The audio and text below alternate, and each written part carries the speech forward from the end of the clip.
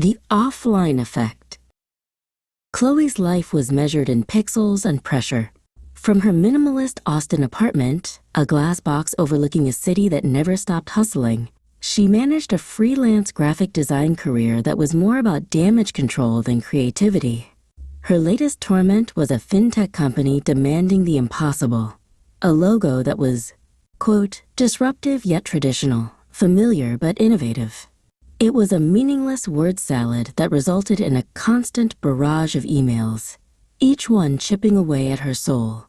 Staring at the 27th iteration of a soulless blue swoosh, fueled by cold brew and existential dread, she felt a profound digital burnout. Her thumb, acting of its own accord, scrolled past targeted ads for productivity apps and landed on a sponsored post for something called the Black Bear Analog Reset. 2 weeks in the Oregon woods, no screens, no Wi-Fi, no clients. On a dangerous, desperate impulse, she booked it, paying the non-refundable deposit before the logical, responsible part of her brain could stop her. The Black Bear Analog Reset was less a reset and more a regression.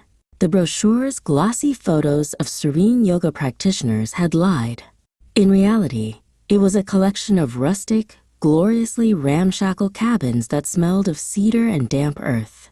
The proprietor, a woman named June with more turquoise jewelry than a Santa Fe gift shop, greeted her with a warm smile and a velvet bag. Phone, laptop, and watch, dear, she'd said cheerfully. Handing them over felt like a voluntary amputation. The sudden silence was deafening, a void where the constant hum of notifications used to be. A primal panic began to crawl up Chloe's throat. She was utterly, terrifyingly disconnected. Her first human contact, aside from June, was a man who seemed to be part of the landscape itself. He was fixing a loose board on her cabin's porch, the muscles in his back shifting under a worn t-shirt. He didn't look up until he was done, hammering the final nail with an efficient, satisfying thud. "Don't trip," he said, his voice a low rumble. He finally looked at her, his eyes the color of moss after a rainstorm. "You one of the detoxers?" Chloe bristled at the term. "I'm a guest." He gave a slow, knowing smirk. "Right. Let me know if you remember what to do with your hands." His name was Rowan, and the friction between them was as immediate and rough as the bark on the surrounding pine trees. The first few days were a special kind of hell. Chloe's mind, accustomed to a dozen inputs per second, felt like a caged animal. She tried hiking, but got lost. She tried reading, but couldn't focus. One afternoon, fleeing the oppressive quiet, she followed the sound of faint metallic clanking to a large barn set away from the cabins. Pushing open the heavy door, she stepped into another world. It was a vast, dusty cathedral dedicated to forgotten gods, filled with rows of vintage arcade games and pinball machines. The air smelled of ozone, old wood, and machine oil. In the center of it all, bathed in a shaft of dusty sunlight, was Rowan, his head bent in concentration over the glowing, colorful guts of a pinball machine. He wasn't annoyed by her intrusion. Instead, he started to explain, his voice losing its earlier edge and taking on a quiet passion. He called them his analog dinosaurs, relics from a time when fun was a physical, mechanical thing. He pointed out the intricate systems of flippers, bumpers, and relays, a tangible reality of cause and effect. "You can't just hit undo here," he said, tapping a solenoid with a screwdriver. "You have to understand how it works. You have to get your hands dirty." Chloe, whose entire career could be deleted with a corrupted file, ran a hand over the painted side of a Galaga cabinet, the smooth, worn lacquer a revelation against her fingertips. Seeing the aimless anxiety in her eyes, Rowan made her an offer. "I need the side art on this centipede cabinet repainted. Think you can handle actual paint?" It was a challenge, and Chloe, desperate for a task, accepted. He set her up with a set of fine-tipped brushes and small pots of enamel paint. The first few strokes were clumsy, but soon, the muscle memory from 1,000 hours with a digital stylus translated to the brush. The physical act of mixing colors, the patient layering, the permanent mark of the paint on wood, it reawakened a part of her she thought was long dead. They worked for hours, the silence between them no longer oppressive, but comfortable, filled only with the soft scratch of her brush and the clink of his tools. A summer storm rolled in that night, trapping them in the barn. The rain hammered on the tin roof, a relentless, primal rhythm. Rowan produced a bottle of surprisingly good whiskey, and they sat on an old workbench, passing it back and forth. He told her the truth about the lodge. It was his family's, and it was failing. A development corporation was circling, wanting to bulldoze it all for a luxury golf resort. In turn, the whiskey loosened Chloe's tongue, and she confessed the profound emptiness of her success, the feeling of being a highly paid fraud, creating beautiful lies for companies that were making the world worse. In the dusty, storm-lashed barn, they weren't a city girl and a country boy. They were just two people, lost in their own ways. He walked her back to her cabin through the storm, the air electric with more than just lightning. On her porch, cocooned in the roar of the rain, the unspoken tension finally broke. "You don't get it," she said, her voice thick with emotion. "You have something real here to fight for." He stepped closer, his eyes dark. "And you're just going to run back to your glass box in the sky?" The argument was a pretense, a final defense before the inevitable surrender. He closed the space between them, his hand tangling in her wet hair, and his mouth crashed down on hers. It was a kiss of rain, whiskey, and a desperate, shared frustration that tasted shockingly like hope. The kiss was a key, and her cabin door was the lock. He followed her inside, shedding the storm like a second skin. The world was reduced to the sound of their breathing and the drumming of rain on the roof. There were no witty words, no clever defenses. Their lovemaking was a raw, urgent discovery, a frantic attempt to erase the weeks of loneliness that had led them both to this moment. It was a collision of worlds, her frantic city pace meeting his steady, deliberate strength. It wasn't gentle, it was necessary, a grounding force that left them breathless and tangled in the sheets, finally, blessedly quiet.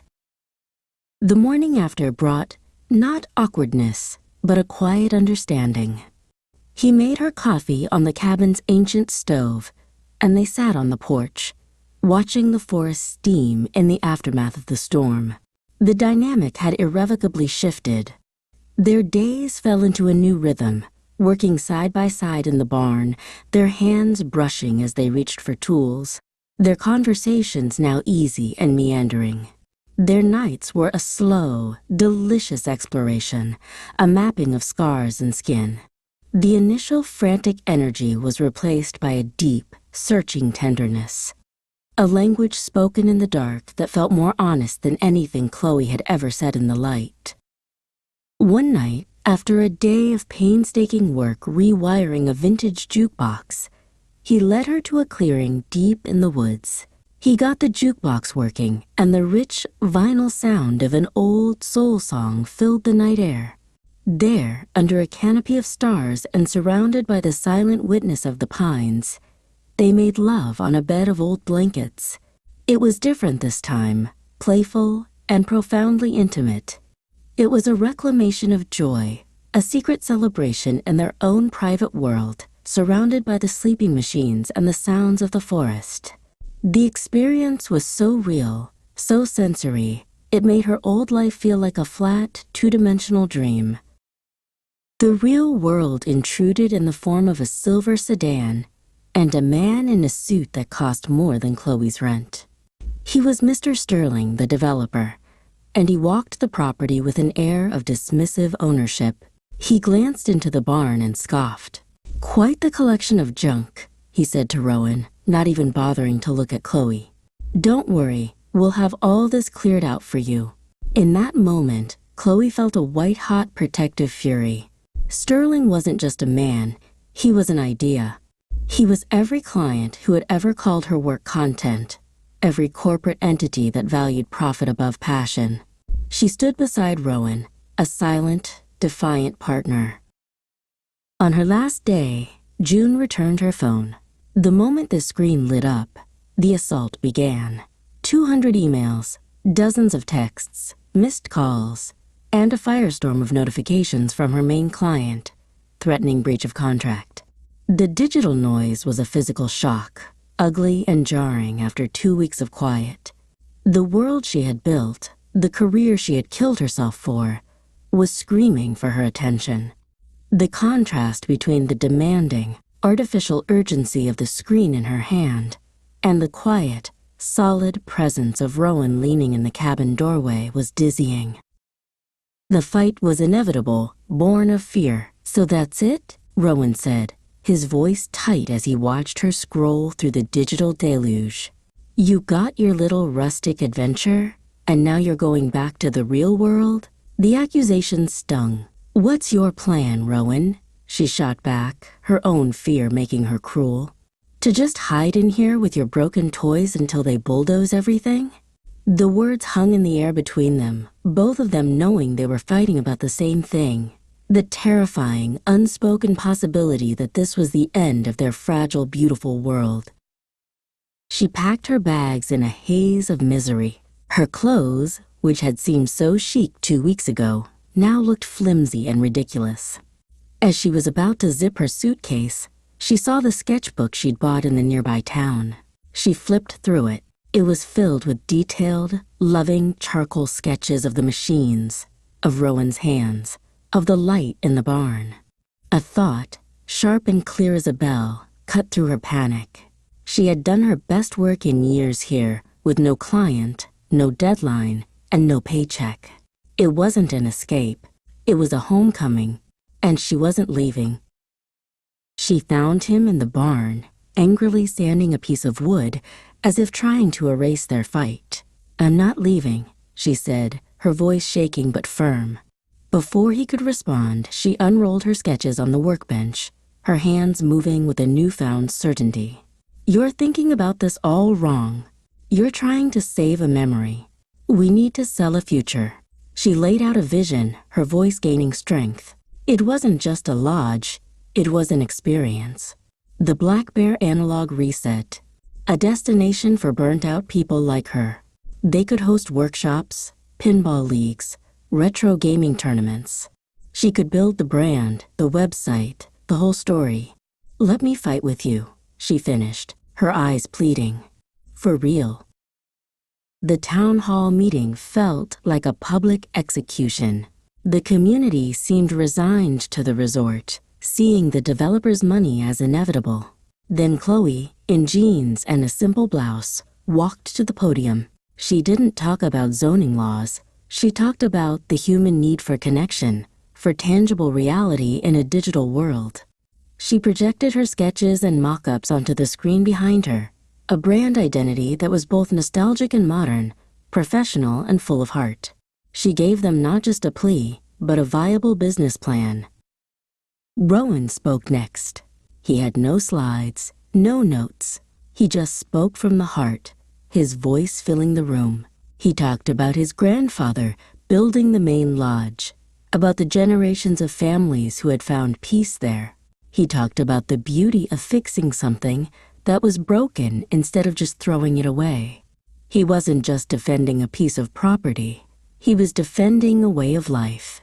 The 1-2 punch of her sharp creative vision and his raw, authentic passion was devastating. The mood in the room began to shift. Against all odds, they won. The town council, swayed by the outpouring of community support and the viability of Chloe's plan, voted to deny the developer's zoning variance, giving the lodge a fighting chance to secure new funding. As the room erupted in applause, Chloe and Rowan found each other in the crowd. They walked out into the cool night air, the adrenaline of their shared victory, a potent aphrodisiac. This was real. They had done this together. Back at her cabin, Chloe sat down, opened her laptop for the first time in 2 weeks, and composed an email. It was a short, sharp, and deeply satisfying message to her former client, terminating their contract immediately. Hitting send was the easiest, most liberating keystroke of her life. She closed the laptop and turned to Rowan. Their victory, their future, their shared relief, it all culminated in a night of joyful, celebratory lovemaking, a stark and beautiful contrast to the desperation of their first encounter. This was not an escape. It was an arrival. The next 6 months were a blur of purposeful, exhausting, wonderful work. The lodge buzzed with the energy of community volunteers. Chloe sat on the porch, her laptop now a tool of creation, not coercion, as she built their website and managed their social media, telling their story to the world. Rowan, his passion now infectious, was in the barn, teaching a group of local teenagers the delicate art of rewiring a circuit board. They were a team, their arguments now about font choices and workshop schedules, their life a shared project built of sawdust and code. They moved his things into the main lodge's master cabin, making it their own.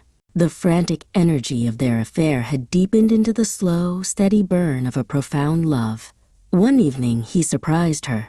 He had restored the old jukebox from the woods and installed it in their living room. He put on the same soul song from that first night and pulled her close. They slow danced in the warm, colorful glow of the machine, no words needed. It was a quiet, domestic intimacy that felt more exciting than any chaotic city night she'd ever known. The grand reopening of the Black Bear Analog Reset was a chaotic success. The lawn was filled with a strange, wonderful mix of old-timers, curious locals, and young, trendily dressed city dwellers who had driven for hours to escape their screens.